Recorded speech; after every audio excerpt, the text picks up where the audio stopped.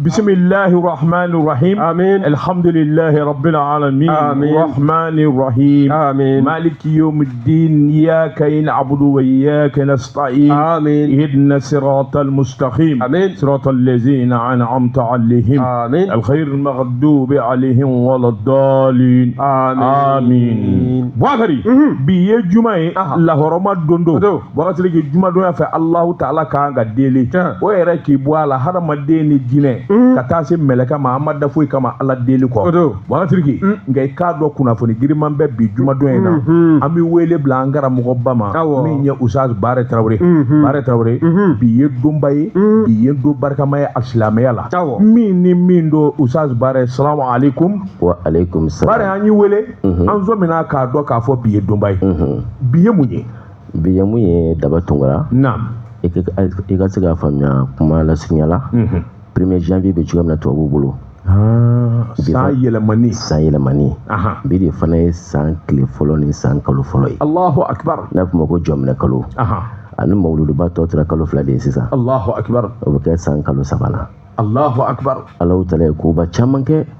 kabini kalo in tile 10 ma dɔ b'a fɔ ko bɛnnikɔrɔfuran kalo tiɲɛ don bɛnnikɔrɔfuran kalo o de ye jɔminɛ o de jɔlen filɛ o de ye jɔminɛ kalo ye bi juma o de kɛra tile fɔlɔ ye Allahu akbar san tile fɔlɔ de ye bi ye hɛrɛ farala hɛrɛ kan Usaz Bare ni ɲɔgɔnna nana silamɛya kɔnɔ foyi tɛ gansan ye silamɛya kɔnɔ foyi tɛ gansan ye diinɛ kɔnɔ yalima bi don o ni mun kan ka kɛ bi don min ni min kan ka kɛ kabini nin kalo in mana jɔ ka ban lahɔrɔma kalo don san ye kalo 12 de ye kalo 4 b'a la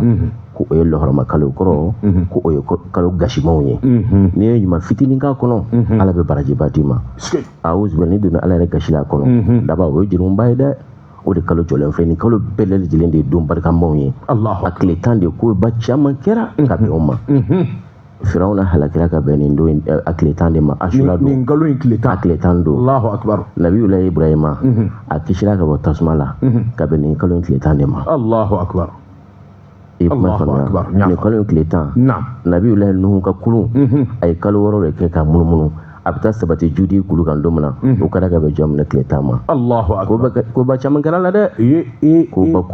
caman de kɛra kɔnɔna la Usaz Bare silamɛ ɲuman maa min n'i ka diinɛ ka di ye nin kalo in na i kan ka mun ni mun kɛ walasa i ka lahɔrɔma caman sɔrɔ a la nin kalo in na i kan ka min ni min kɛ d'abord ni ala ye nafolo kalifa maa minnu na nin ye sanyɛlɛma ye u ka nafolo fana jagabɔ jaga bɛ bɔ nin kalo in de fana na masha Allah 40,000 i bɛ 1,000 di ala ma 1,000,000 i bɛ 5,000 di ala ma 2,000,000 i bɛ 10,000 di ala ma nin ye o ye donc an tun bɛ 1446 de la bon bi an donna 1447 de la hijiriya san yɛlɛmana silamɛw ka san jate la kosɛbɛ i n'a fɔ an bɛ 2025 an bɛ 2025 na silamɛ jate la 1446 an tun b'o de la o banna donc 47 o daminɛna bi 1447 o la o san an b'o de la alakira bɔlen Maka ka taa Madinɛ san 1447 o de dafara bi o de hijiriya ye Allahu akbar voilà Usaz Bare i k'a dɔn min ye jaga ye o kan ka bɔ an kan ka hinɛ ɲɔgɔn na Usaz Bare i k'a dɔn jaga wajibiyalen don jɔnni kan jaga wajibiyalen don ni ala ye nafolo kalifa i la n'i ka nafolo kasabi sera sanu garamu 80 valeur ma i bɛ jaga bɔ o sanu na ayi i b'a wari i ka wari i komi ni sanu i tɛ ka baara kɛ sanu na ni a warimugu valeur b'i bolo ni san yɛlɛmana i b'a jaga bɔ i b'a jaga bɔ awɔ i yɛrɛ kan ka jaga bɔ ne Bare e ko o yɔrɔ la i ma fili dɔɔni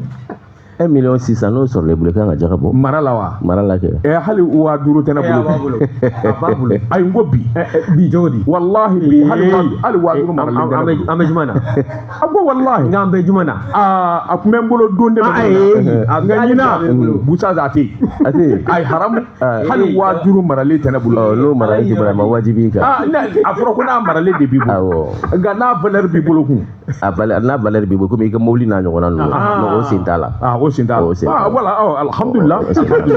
Usaz Bare i k'a dɔn an b'i fɔ k'i waleɲuman dɔn ni ɲɔgɔnna koba diinɛw na an bɛ de wele ka se k'an bilasira Usaz i k'a dɔn bi kalanden tɛna ayiwa dugawu kɛ e bi dugawu sama an bɛ sɔrɔ ka baara daminɛ masha Allah bisimila Daba Tunkara an bɛ dugawu Al-Fatiha Mali jamana ala ka basigi la amin Mali jamana ala ka kɔlɔsi amin ala ka barika don jamana in na ya rabbi ala ka barika don jagafɔ amin ala ka ɲɛta di ya rabbi a'udhu billahi minash shaitanir rajim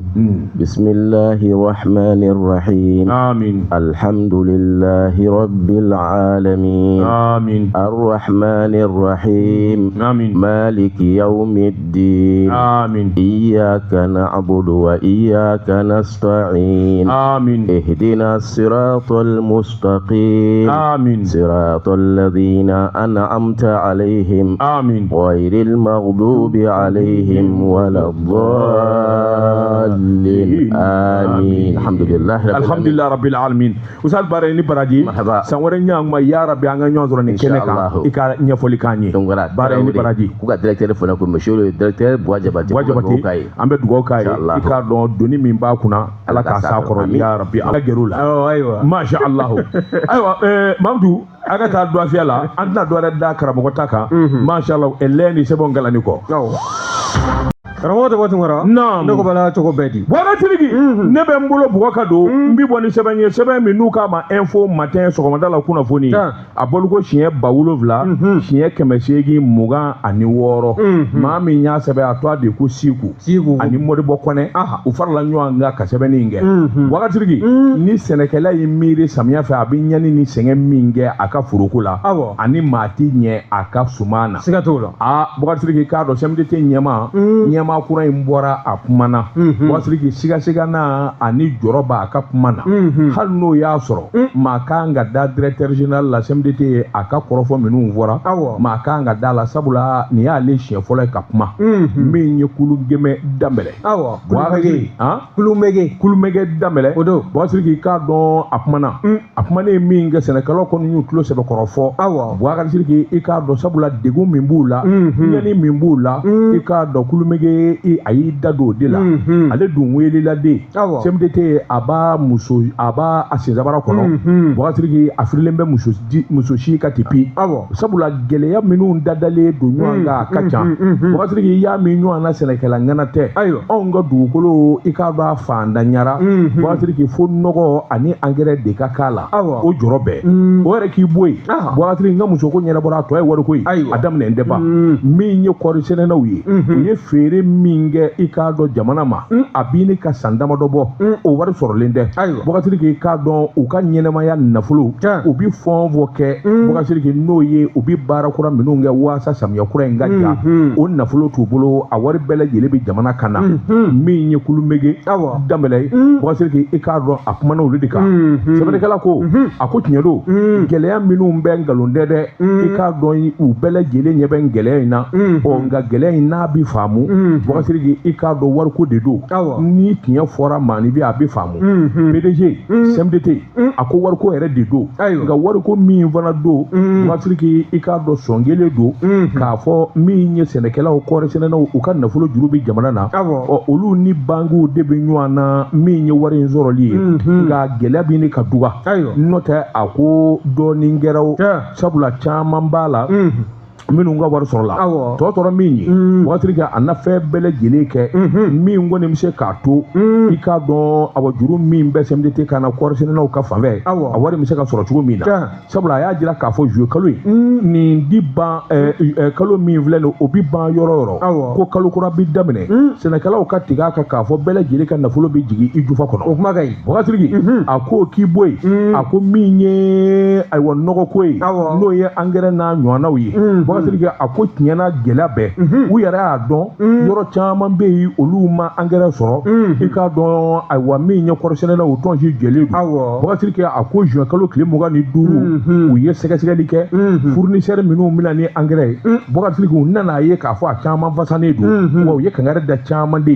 juin kalo kle mo ga ni nani mi nya fournisseur fo debe ka fo angere mi nyiri ni fe jamana fe e ma se kata no ya sioro la abi minena sebe minye mimi se kana ni angere ejuna bokatiri ke ika don aywa abitaka doluma eninga bwala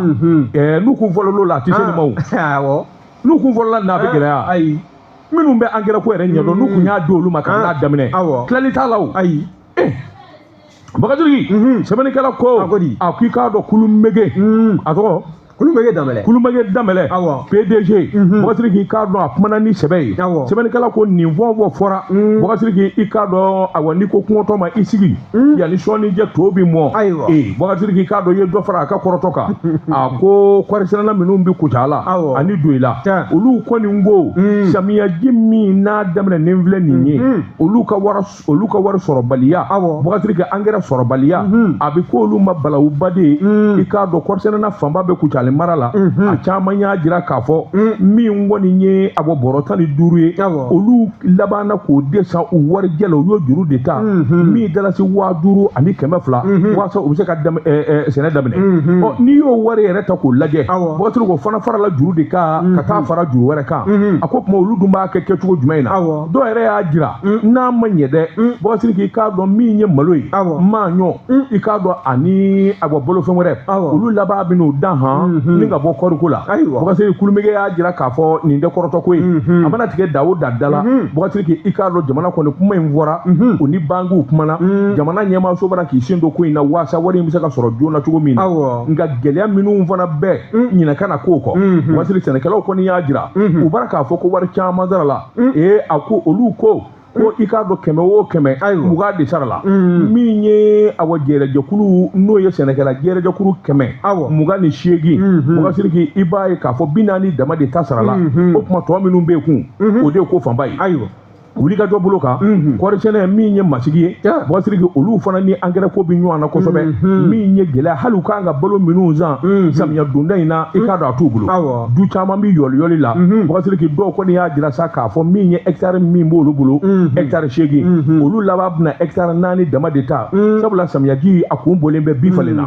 bɔgasiri nin wuli ka jɔ minnu filɛ nin kulumage i k'a dɔn a kan ka wuli ka jɔ de kɛ joona min kɔni bɛ se k'a to gɛlɛya ye direct kɔrɔ minnu sɔrɔ o kana se k'a sɔrɔ a bɛ daminɛ kabini sisan nin kun ye sɛbɛn ye an ye min bɔ info matin kɔnɔ sɔgɔmada la kunnafoni karamɔgɔ de waati wɛrɛ info matin an bɛ u fo ko tɛ n'i ye dingɛ jɔlen ye a t'a ɲi bolo n'i ye tɛgɛ don ni sɛbɛn bɛ bɔ sɛbɛn minnu k'a ma ko l'indépendant Dawuda Sangare nin y'a ka fasiri ye Dawuda ko halisa président a ka avion sanko kuma ani min ye sɔrɔdasiw ka minɛnko n'o ye équipement militaire ye o sanni ko kuma halisa o kɔni o kɔrɔfɔ wulen bɛ ka jɔ kɛlɛw n'i y'a sɛbɛkɔrɔ lajɛ bi juma ni o bɛɛ bɛn juin kalo tile 27 ma san 2025 anw ka camajɔrɔ fanga jamanakuntigi kɔrɔ n'o ye Nbandaw ye a ka weleli ka na fana ɲininka a dalakan na a ka dɔnta ye fɛn min ye a ka se ka o ɲɛfɔ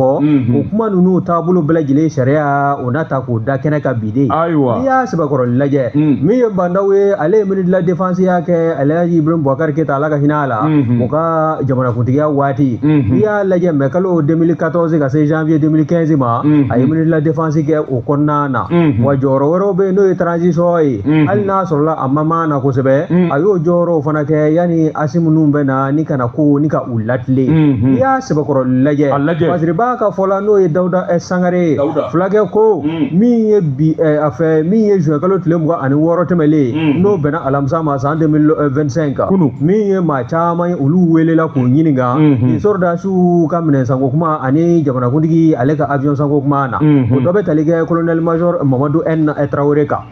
n'i y'a lajɛ ale bɛ ka jɔyɔrɔ min fa o de ye direction du matériel des hydrocarbures et du transport armé n'an k'a ma ko DMHTA n'i y'a lajɛ o commission min ye maa kofɔlen ye n'o ye Traoré kɛ ye a kɔni y'a jira a ka kɔrɔfɔw kɔnɔ ɲininkali talen kɔ ka ɲɛsin a ma minɛn ninnu a fɔra cogo min na u nana ten wa sɛbɛnfura kɛla a bɛɛ lajɛlen la wa min ye Musa Traoré a donni kama ale ye instructeur ye wa min ye lieutenant colonel Sidi Kulubali fana ye o ye chef section stockage et entretien ye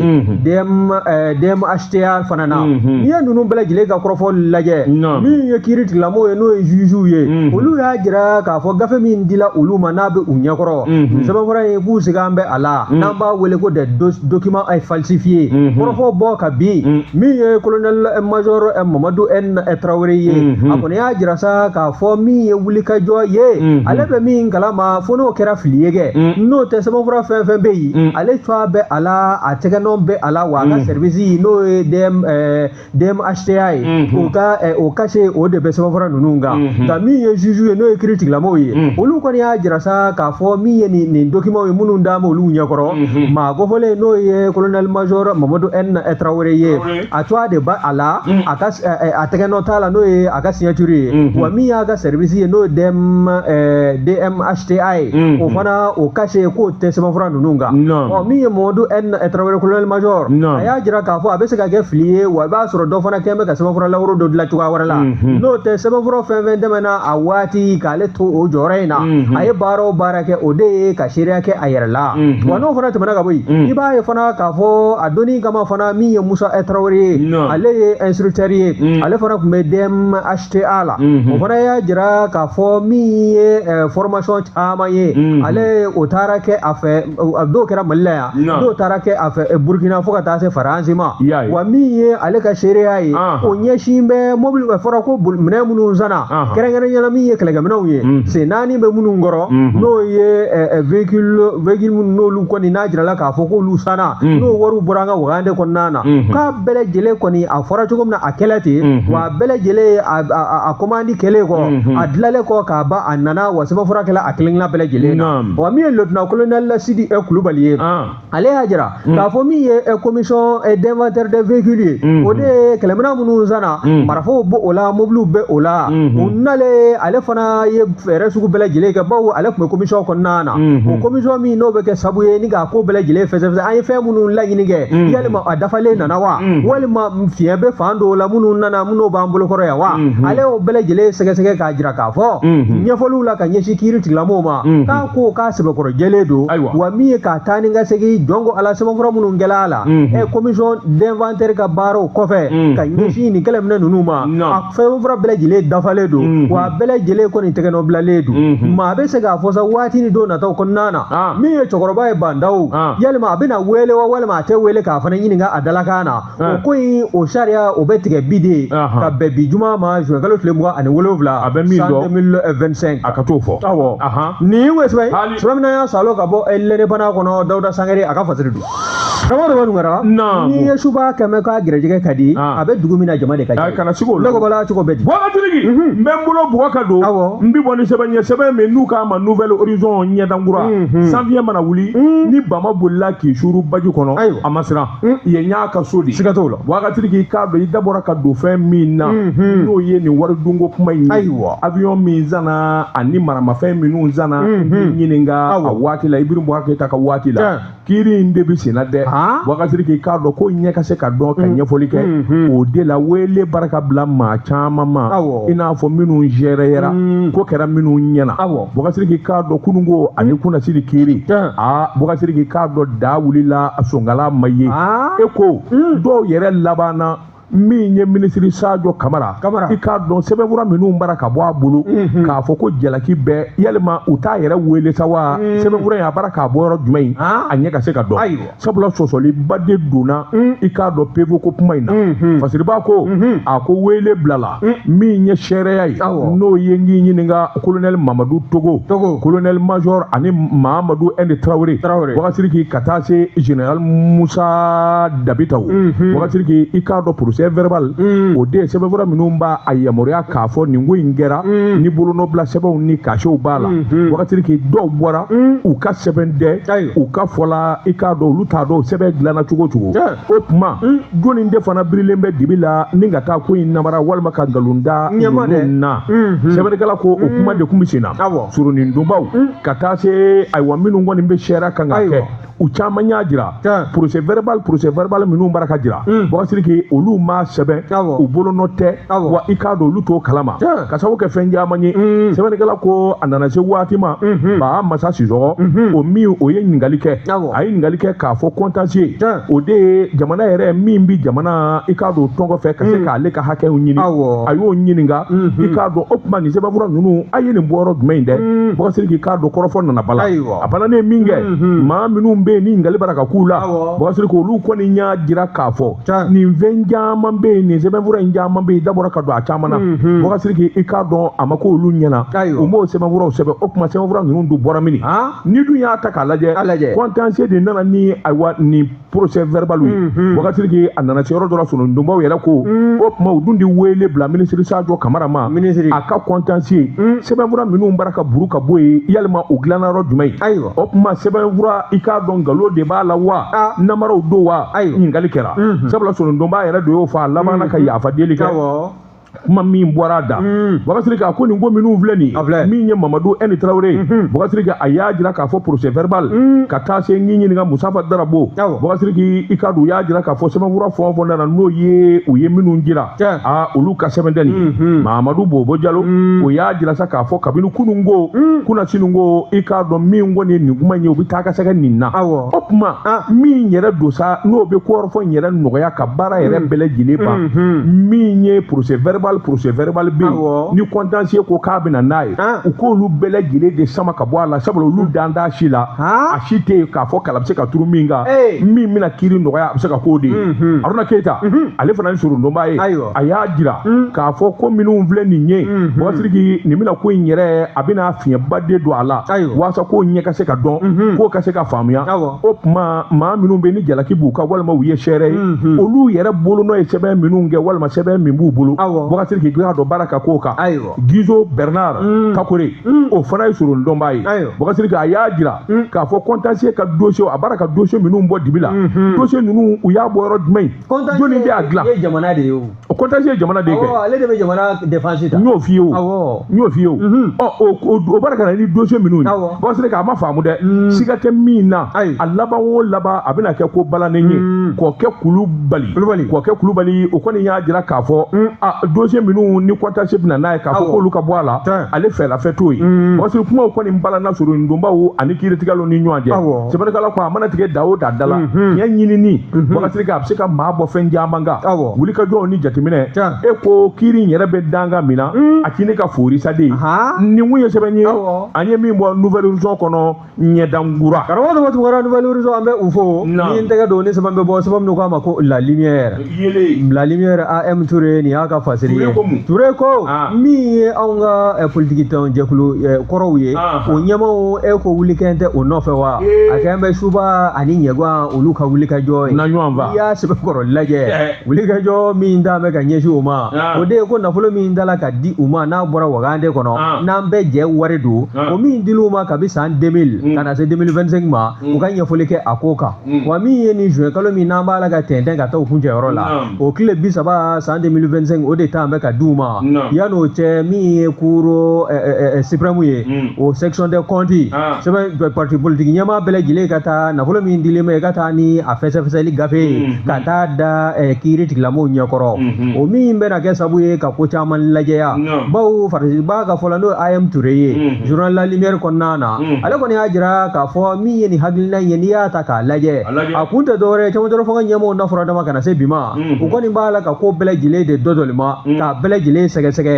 n'a ma ɲɛ k'a fɔ gɛlɛya o bɛ jamana kan nafolo di ta la ka bɔ jamana Wagande de la ka di ni politique tɔn ɲɛmɔgɔw ma waati jan tɛmɛlenw kɔnɔna na wa ka tila k'a ye fana jamana ka sɔrɔ dabolo bɛ fan o fan fɛ i n'a fɔ misali ta an bɛ Galamina kan cogo min na n'i ye lithium ko in da k'a lajɛ usines bɛ se ka ban ka jamana fan caman fɛ cogo min na nin bɛɛ lajɛlen bɛ kɛ sabu ye ka jamana ka sɔrɔ dabolo ni k'a ji di k'a yakubaya k'a kɔkɔrɔma don min ye k'a dili don waati ni don nataw kɔnɔna na wa ko n'i ye nin bɛɛ lajɛlen lajɛ nin b'a jira k'a fɔ dɔrɔmɛ kelen n'a tala ka di maa o maa e kɔni n'a kɔni fɔri ye k'a fɔ k'a bɔra Wagande de kɔnɔ an bɛɛ jɛ wari o bɛ mara kɛsu min kɔnɔ n'o dil'i ma e kan k'o to da min fɛ i n'a fɔ a ɲini bɛ fɛ cogo min na a kan ka t'o sira de fɛ ka fɛsɛfɛsɛli juru la n'a nana ye k'a fɔ e ye sira wɛrɛ minɛ ni wari ye k'a ko k'a bɛ gɛlɛya wa n'i ye nin politique tɔn ɲɛmaa ninnu lajɛ nin kɔrɔfɔ bɔ ka bɛn e ko caman min ɲɛ sigi ɲɔgɔn kan wa ka sabu kɛ min ye Ala ma ɲinɛna Elhaji Ibrahim Boubacar Keita la IBK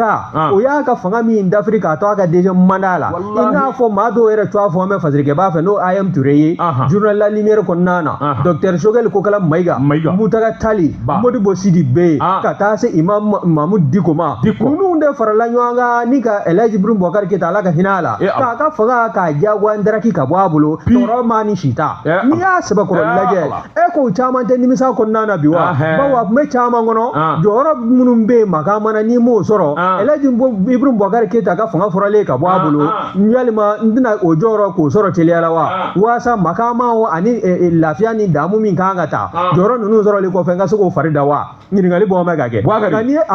hali ATT ka fanga dafiri nin ɲɔgɔn na de don minnu ma jɔyɔrɔ sɔrɔ o ɲɛna ko ATT kɔni mana taa a dɔw tun tɛ k'ali charge de mission ye awɔ i y'a faamu o de la u ye kamalen anw ka Segu ka kamalen tɔgɔ ye di Denis mon directeur général de la toi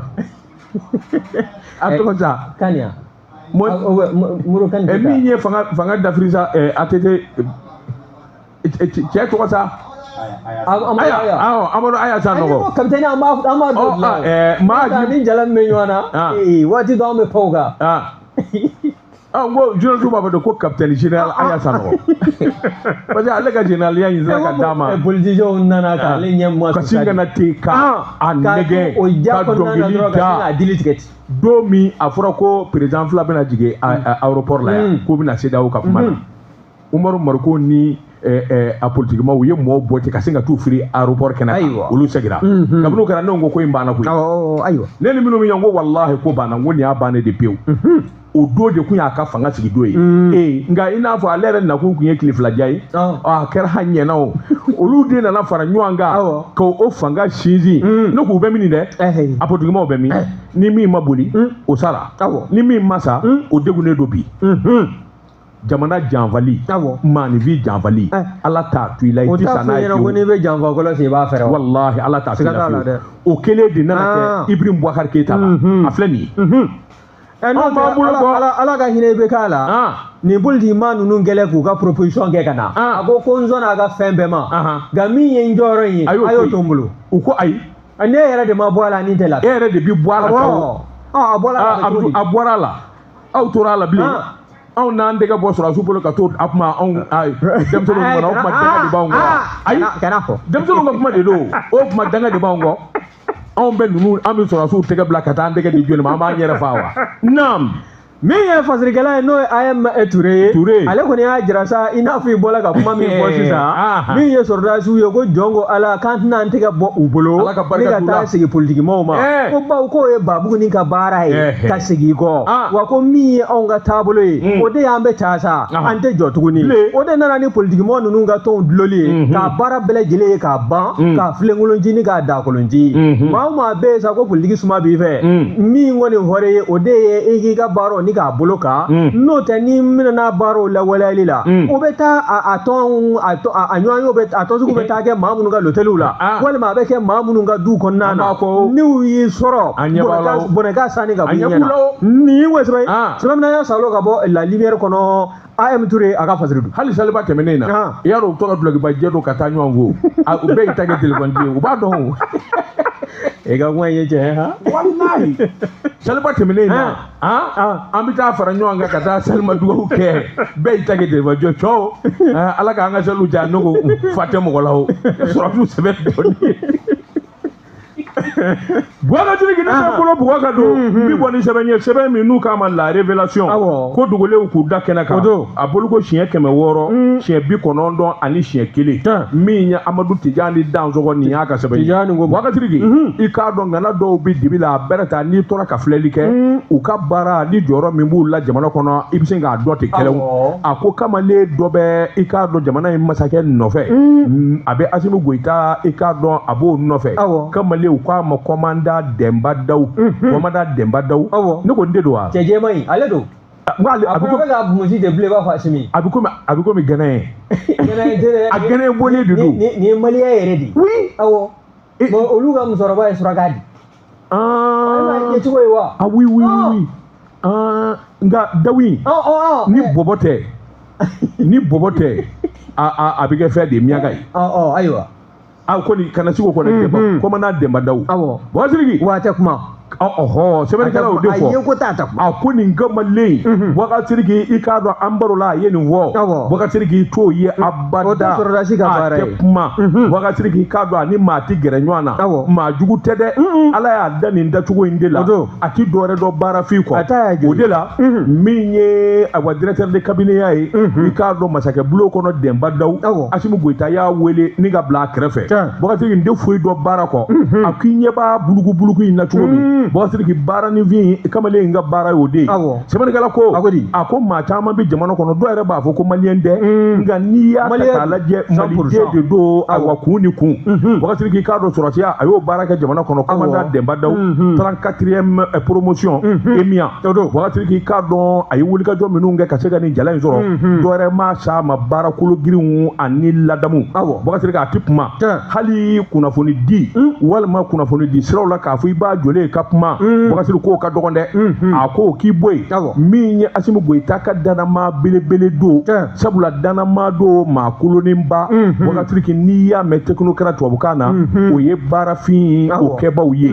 wagati k'a ko i k'a dɔn min ye dibi a b'o de la a sumalen bɛ ko mana n'a na cogo o cogo a ma wagati k'a dɔn a ti panike a ti bɔ a nɔ na wagati o k'i bɔ yen i yɛrɛ jirandiyaw i k'a dɔn wulikajɔ ni a wa kumabaw yɔrɔw la k'o t'a ka ba ye ani maa minnu gɛrɛlen bɛ ɲɔgɔn na dɔw ko nin y'a dacogo yɛrɛ de ye wagati k'a dɔn a ka kuma man jan koyi ale kɔni bɛ min don ka tile ka baara ka si ka baara Asimu Goyita bɛ taa sɔrɔ baarakɛyɔrɔ la o bɛ taa k'a to baarakɛyɔrɔ la c'est l'homme des dossiers wagati k'a ko camancɛ fanga fɛn caman b'a kɔnɔ ani fɛn caman mana ka ɲɛnabɔ nin kamalen nɔ don dɛ min ye Denba Dawu ye wagati k'a dɔn a wa denmisɛn kura minnu n'u bɛ kodɔn n'u kan ka wulikajɔ caman kɛ wagati k'a dɔn a b'olu la sɛbɛnnikɛla ko Mali mɔgɔw bɛ a wa den façon minnu na ale b'o la wagati maa min hakili sigilen bɛ basigilen don yɛrɛ jirandiya min ye wasobandiya ye saa kalo 12 i bɛ kɛnɛ dɔ kan yɛrɛ jira la o kamalen dɛ wa n'a ye basa don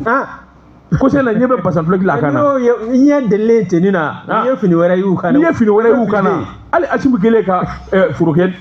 ne yɛrɛ tola ka ɲɛda in sɛbɛkɔrɔ lajɛ sa ne kun filila o mais ne ye min kɔlɔsi Asimu t'i bolo di maa wɛrɛ ma nka Poutine a b'i bolo don o ma dɛ aw tɛ diyagoya i fana a dan m'o di ne ko fɔ tan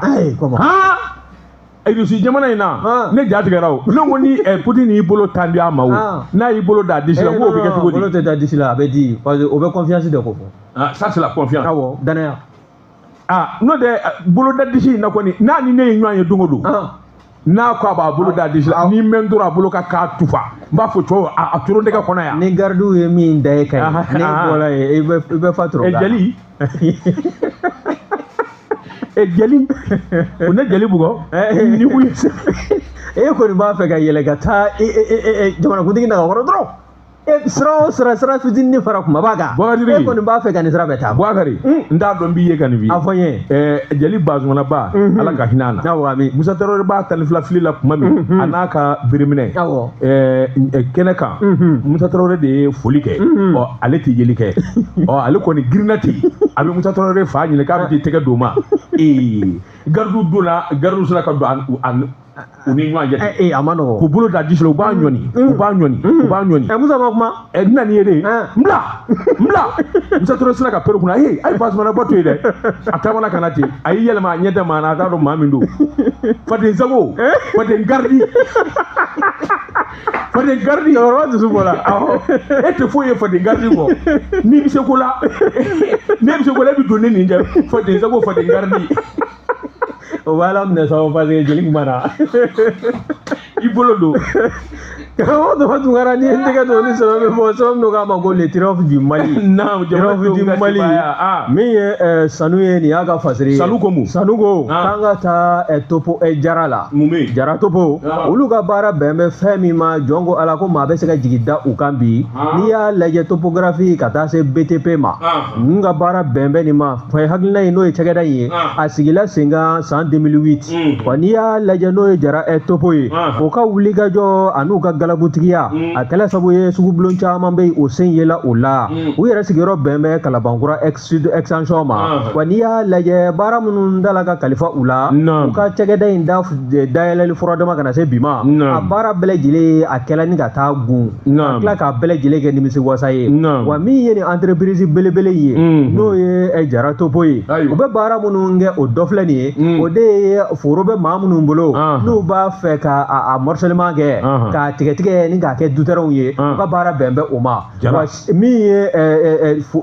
foro fana o kɛlen o baara kelen don n'i b'a fɛ k'i ka foro ni k'a dalakuru n'an k'a ma ko délimitation des champs u ka baara bɛn bɛ o ma walima k'aw ka kɛnɛ belebelew fiyɛfiyɛw dilan k'o kɛ aw sago ye aw b'a fɛ a ka kɛ cogo minnu na walasa a ka se ka kɛ sababa ye min ye travaux publics ye ka taa se construction de routes ma siraba dilan u ka baara bɛnnen bɛ nin bɛɛ lajɛlen ma so belebele lahawta kulo olu jɔ i n'a fɔ sariya kɛmɛ k'a ɲɛfɔ cogo min na u ka baara bɛn bɛ nin baara ninnu bɛɛ lajɛlen timɛli ma ɛlɛ ni ko nin ko Topo Jara ka ban Kalabankura sud extension na sanu ka fɔla Triomphe du Mali kɔnɔna na u ka baara ɲɛsin bɛ nin damanda dɔrɔn ma wa n'i y'a lajɛ waati ni don nataw kɔnɔna na u b'a fɛ ka bolofara caman fana bɔ bawo min ye agence immobilière ko fana ye u sen bɛ nin bɛɛ lajɛlen na ka so k'a luwanse mɔgɔw ma walima ka so k'a jɔ k'a d'i ma jɔlen kɔ k'a ba k'a tile ta k'a d'i ma u ka baara bɛnnen bɛ nin bɛɛ lajɛlen ma maa bɛ se k'a fɔ sa min ye Topo Jara ye u ka baara n'i y'a lajɛ maa bɛ min ye waati ni don nataw kɔnɔna ye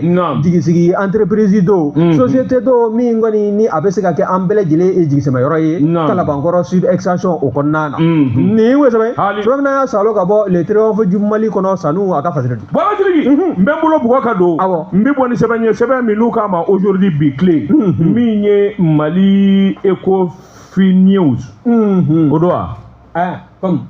Mali Ecofi News nanga yeda fa bila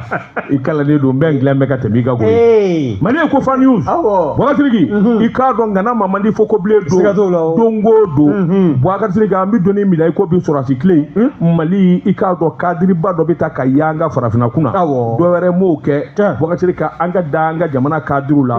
dɔnniya ani minnu ye baara ɲuman kɛ bureau exécutif CREDAF Babajirigi Amadu Fali Janka ale min ye l'impôt directeur ye farafinna bɛɛ lajɛlen bɛnn'a kan i k'a dɔn farafinna babolo in na ale ka taa ka k'u ka kuma da ye ka d'a ka kɛwale a n'a ka baara kan i k'a dɔn faso kɔnɔ a n'a ye wulikajɔ dɔnniya minnu b'a la Babajirigi nin y'a siɲɛ 38 conférence internationale du cercle de réflexion et échange des dirigeants des administrations fiscales u k'o de ma CREDAF Babajirigi a kɛra Kinshasa juin kalo tile 17 ka taa bila tile 20 na Babajirigi maa ma sɔrɔ kɛnɛ kan min ko Amadu Jankanfal i k'a dɔn e tɛ k'a ye u ye maa min ni kuma dira a ma n'a kumana Babajirigi n'i ye ayiwa tɛgɛrɛ mankan mɛn farafin karilen ɲɔgɔn na a jɛman n'a bilenman min bɛ anglais fɔ min bɛ arabukan fɔ Babajirigi bɛɛ lajɛlen ko jɔn la an tɛ maa sɔrɔ min bɛ se ka an ka sini kuma fɔ nin kamalen in kɔ Babajirigi k'a dɔn nin ye bonyaba ye ka ta ka ɲɛsin Mali ma o hɔrɔn min ma zone Afrique de l'Ouest Babajirigi k'a dɔn awa nin jɛrɛjɛkulu in maa kalanenw ani nafolo ɲininaw de don u ka jamana kɔnɔ minnu bɛ kɛ sababu ye u ka jamana basigi ani jamana nafolo sɔrɔli jamana yɛrɛ kɔnɔ ni k'a ɲɛtaa sabati sɛbɛnnikɛla ko nin ma kɛ gansan sabula gouvernement min n'o sigira Asimu Goyita fɛ n'a ye danaya ta k'a da Alfuseni Sanu kan Alfuseni Sanu de ye jateminɛ kɛ mɔɔw cɛla kadiriw cɛla min ye Amadu Jankanfal ye k'a wele ka kɛ l'impôt directeur Babajirigi k'a dɔn a kelen a fana ɲɛdimi kura don kɔdimi kura tɛ a ye wulikajɔ min kɛ nin waati damadɔ in kɔnɔ jamana yɛrɛ a nafolo kasabi sɔrɔli la ka waganden sɔsɔ Babajirigi o bɛɛ lajɛlen de kɔni kɛra sababu ye min kɔni y'a to danaya dara kan ka kɛ farafinna i k'a dɔn jɔyɔrɔba ye sɛbɛnnikɛla ko a ko impôt baara a tɛ taa jateminɛ kɔ a tɛ taa hakilisigi kɔ Babajirigi sabula diɲɛ laban in na ni maa min ma kɛ maa kalannen ye kodɔnna ye jango ayiwa dɔnniya sira kura minnu bɛ yen ni ka baara kɛ n'u ye Babajirigi k'a dɔn i bolo b'a jɛ sɛbɛnnikɛla ko a ko Mali l'impôt kɛra tamasiyɛn ye i k'a dɔn G4 bunako sanfɛ o de la i k'a dɔn Kongokaw fɛ Kinshasa Babajirigi farafinna bɛɛ lajɛlen bɛnn'a kan Amadu Jankanfal k'a ta k'a kɛ kiridafu k'a k'a ɲɛma ye sɛbɛnnikɛla ko wakasiriki k'a don jamana 30 olu mana fara ɲɔgɔn kan k'u bolo ɲɛsin cɛ kelen min ma u cɛmancɛ la o ni danaya de ka kan nin kun ye sɛbɛn ye an ye min bɔ aujourd'hui kɔnɔ a ka bi bɔli la karamɔgɔ tɔgɔ tuma aujourd'hui ne y'o bila min ye nouvelle affaire la révélation bɛ o ta ko dugulenw k'u da kɛnɛ kan a bɔli ko 691 u ye dɔ kɛ AO nin y'a ka fasiri ye n'i y'a lajɛ min ye bangiw olu ka fara ɲɔgɔn kan jɛkuluba ka taa se min ye Tuguna Motors ye u ka tɛgɛ di ɲɔgɔn ma hukumu a bila an bɛ o kadara kɔnɔ Tuguna Motors ka taa se Coris Bank Mali ma o ɲɛmaya so belebele 2 olu de bɛnkan sɛbɛn kɛ u ni ɲɔgɔn cɛ ka bɛn tarata don tɛmɛlen a fɔ tarata n'o bɛnna mɛ kalo tile 7 tɛmɛlen ma san 2025 nka n'i y'a lajɛ a bɛna kɛ sabu ye maa o maa bɛ yen ne bɛ baara kɛ bangi la walima kɔnti b'e bolo Coris Bank Mali la n'i kɔni b'a fɛ ka min ye Tuguna Motors mɔgɔw ka mobili belebele wulubana ninnu dɔ sɔrɔ e bɛ taa kɔnti dayɛlɛ nin bangi in na n'o ye Coris Bank Mali ye o kɔni o bɛ sɔrɔ k'i dɛmɛ sɛbɛnfura minnu ne kan k'u ɲini waasa e bɛ se k'i ka mobili sɔrɔ cogo min na Tuguna Motors mɔgɔw fɛ yen ka se k'o baara ni ka o bolo da wa n'i y'a lajɛ mobili n'a baaraw bɛɛ lajɛlen sɛbɛnfura ko bɛɛ lajɛlen ɲɛnabɔla min ye bangi ye n'o jɛna ni a ye kalo 84 o de bɛ di i ma sa waasa i ka se ka mobili in wari ka se ka bangi ka wari ni ka o segin dɔɔni awɔ e ma n'o ka di wa n'i y'a sɛbɛkɔrɔ lajɛ mobili ninnu u sɔngɔw man gɛlɛn koyi bawo min ye 17,7 ye ani 100,000 fo ka taa se 48,8 ma mobili ninnu sɔngɔ a bɛ munumunu ni furancɛ de kɔnɔna na an kɛ n'i y'a lajɛ fana garanti o de ye ka makamata ni ka i sɛgɛrɛ fɛn in sɔrɔlen kɔ n'o ye sen 4 ye olu bɛ garanti d'i ma san 5 o san 5 garanti hali n'a kunkolo y'a dimi a bolitɔla o kɔni i b'u wele dɔrɔn o bɛ se ka dɛmɛ don i ma ten yɔrɔnin kelen ni min ye fasirikɛla ye n'o ye AO ye min n'ale yɛrɛ ye fasiri kɛ k'a jira k'a fɔ nin bangi baarakɛla ninnu fo ka taa se maa minnu bɛ yen ni kɔnti b'u bolo bangi n'o ye Coris Bank Mali ye ka taa se Tuguna Motors ɲɛmaya bulon ma a donni kama maa min dun bɛ ka sɛbɛn yɛrɛ tɛgɛ nɔ bila Tuguna Motors tɔgɔ la o de ye Mala Nantume ye directeur général de Tuguna Motors a ka kɔrɔfɔ o la a y'a jira k'a fɔ cogo di Mala n den de don k'a wolo ka su ko k'a wolo ka Mala Nantume Mala Daba Nantume Daba Tunkara Nantume e yɛrɛ m'a fɔ ten wa awɔ Malakɔrɔba o y'an fa ye min ye Tuguna Motors ɲɛmaaba ye n'o ye directeur général ye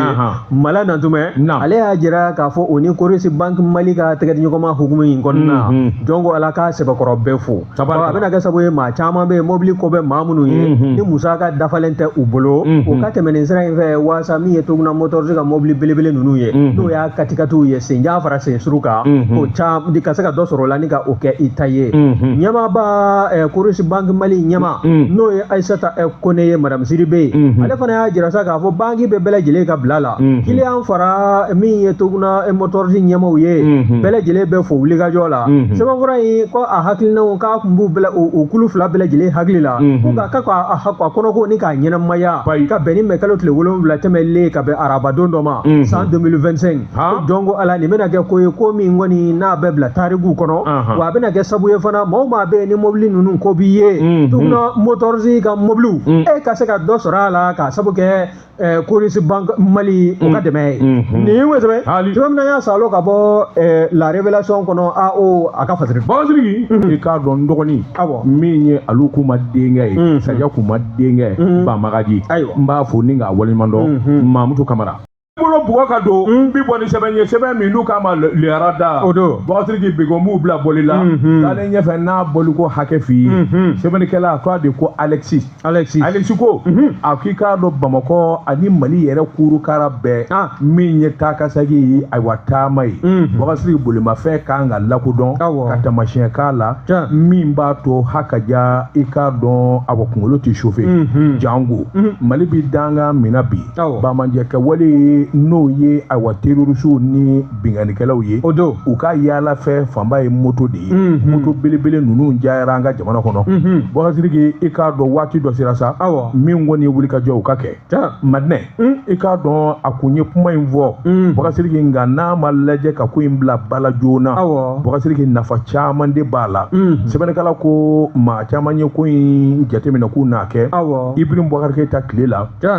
ministre Zainab Diop o kun y'a daminɛ ale kun ko moto kelen kasigi kelen a plaki ani carte grise Boubacar o ma se ka ɲɛnabɔ ani gɛlɛyaw ni hakilina caman bɛ na nka bi Boubacar ni Madinɛ ko k'a b'a kɛ i kana siga min kɔni ye a kelen o yɔrɔnin kelen ye Madinɛ kun y'a daminɛ o a danna sira la de min ye Madinɛ ka ayiwa nagakɔrɔma ye n'o directeur général des transports so o y'a fɔ ko in bloquelen don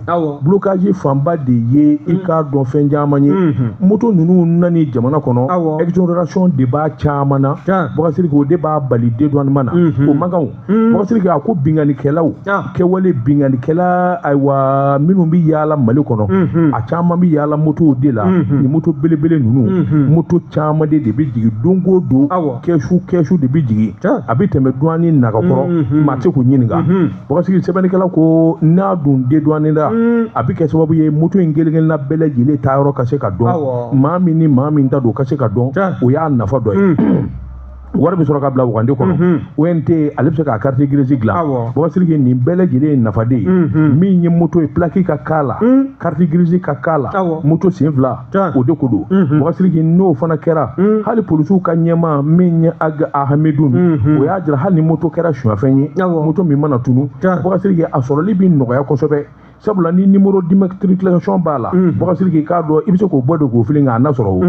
k'i bɔ yen min ye douaniers ye olu fana bɛ nafa sɔrɔ sabula wari bɛ don jamana Wagande kɔnɔ min ye carte grise ye o dilanni i k'a dɔn ONT ale n'i da don la qui dit mieux Boubacar sɛbɛnnikɛla ko ninnu fana sabula a fɛn o fɛn bɛ yen système informatique a bɛ don o kɔnɔ jagokɛla o douanier o i k'a dɔn ONT baarakɛla o Boubacar nin bɛɛ lajɛlen bɛ bɔ a kala moto dédouanement Madinɛ a man ka sigi bilen k'a fɔ a b'o kɔnɔ dɛ Boubacar hali n'o bɛ maa caman dɔrɔn a k'a kɛ nin kun ye sɛbɛn ye an ye min bɔ le radar kɔnɔ a ka bi bɔli la karamɔgɔ tun wara ni ye n tɛgɛ don ni sɛbɛn bɔ sɛbɛn minnu k'a ma ko la révélation ko dogolenw k'u da kɛnɛ sɛbɛn wɛrɛ ye n'i y'a lajɛ fasirikɛla o ye Masasi ye Masasi ko ko min ye wulikajɔ ye o kɔni o b'a fɛ ka sabati ka ɲɛsin maa min ma kɛrɛnkɛrɛnnenya la commune 1 kɔnɔna na yan o de ye commune 1 min ye maire n'a nɔfɛmaw ye olu kɔni tɛgɛ kɔni sin bɛ u la koyi k'a sabu kɛ min ye station ye olu kɔni b'a la ka poyi ka t'u sigi kɛnɛw kan kɛnɛ minnu bɛ yen n'a sigili waati ni don nataw la ani san nataw la a bɛ sɔn ka kɛ kɔlɔlɔ ye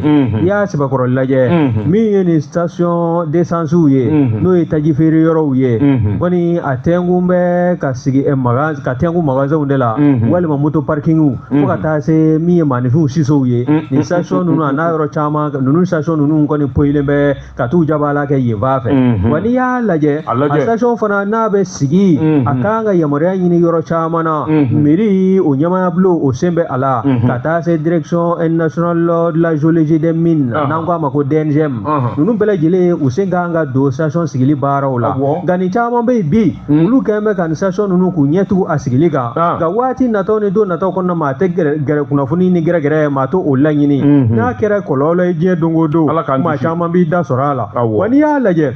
station n'a bɛ sigi a kan ka sigi ani sisow cɛ walima maanifinw bɛ kamaru yɔrɔ minnu na a n'o kɛnɛ ninnu cɛ mètre 25 a kan k'o de furancɛ don ani maaw cɛ wa n'i y'a lajɛ station caman bɛ yen bi minnu kɔni bɛ yen n'u sigi bɛ ka tɛnku jamana sigidaw la ka tɛnku maanifinw siso la ko yalima ala k'an kisi ni gɛrɛgɛrɛ k'a bɛ wuli ka jɔ o tɛ dugu bɛɛ baali ye wa ɲininkali kɔni b'a la ka kɛ wa n'i y'a lajɛ sariyabolo dɔ bɛ yen min bɛ station ninnu sigili kɔfɔ n'o ye loi numéro 1560 ye n'o tɛna mɛ kalo dɔ tile 19 san 1990 a bɛ station sigi cogo an'u labaarali cogo a b'o bɛɛ lajɛlen de baara ka maa minnu bɛ yen n'olu kan ka nin baaraw bɛɛ dodolima fili kana kɛ i b'a ye k'a fɔ min ye chef de service de gestion des marchés et places publiques ye maa dɔ bɛ yen tɛgɛ kɔni sinna la a to a yɛrɛ fana fɔlɔ han n'o ye Cheikh Keita ye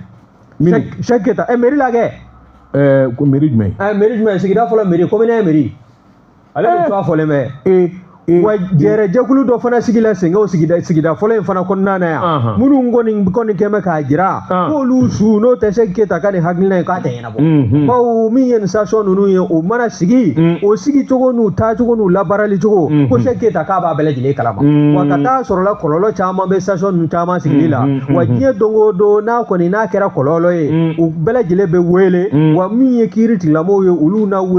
wele ka ta jo ulu de nyakoro wa mi ye sigida no komine o meri ba no Umaru Togo Umaru Togo ko na mi ko fleki jere chogo do wati ni do na ta ko nana ni korofo ngama mi ye delegation spéciale avec si komine emiri kuna ote kabade ote ama sigi folo delegation spéciale te Fende o jala koroji jala koroji donc komine albi mairie normale ne be o de be gani nunu mana faranyonga ni ndamanda ni kololo station ko Umaru Togo ke mi ye komine anga maire nyuma ye ngalo dugu blangalo dale duila ni maguli kamale min doa fo le vle ka jena mina nya ni station ko inga dabla ibe ko station zigile ko fe o sigira di ama yera Filipina sisa aywa ama yera Filipina sisa wa tiera la yoro do ko ni be ko ena no tiera am be ban service na o kasruyana kala ye no te tajimaine na ko be kasara kala kandi ala ka kulalo batilon do ana abe pande ba o ga dama di ma sigeti no tasma alem na be pambani amai mi e fasri kala no masasi revelation kon nana ale ko ngame ka jira sa mi e merba e sigida folo kon nana andale do ala no Umaru Togo kana ko boni goina ba mi e shegi keta e o mi na be nyo angala ma no be baraka yoro kelen kon nana aka fere ni dabali sugu bela jile tige sa sho nunu u ganga ubili to ni fere munu ye o fere tige o kawli ni we sebe na salo ka bo la revelation kono masasi aka fasiri du badigi wati na ka wati ma se bita amba blaya bakasiri ki nega nye muga ani kele sanga bisawa bura pele farkone je alipsa ikana ka se kan zoro ni nyu ana kenena o yen denan doyi sema bor kro bi bo ami kene ka ko lula kalinya alla sona nga dimashi do ami nyu zoro kene ngaya mi nye ngi nye nga tungarango o ka kene bara keba ma mutu suruni ko bela jile ba le bulu sabula kuma ko kamme ka yere ke nya fa be ma mutu kumbo kuna nga mi nye jawye waka siriki ikalo ninga dakabana furukiya kaseke njira nyamana hamed jekte agada neko ninga dakabana furukiya ay ne ma do wara fogo ne yala ladi do nuka tishu koyo le ayo ato agera menda sako le ngo do le mi to ko fole Mamadou Adena wa salam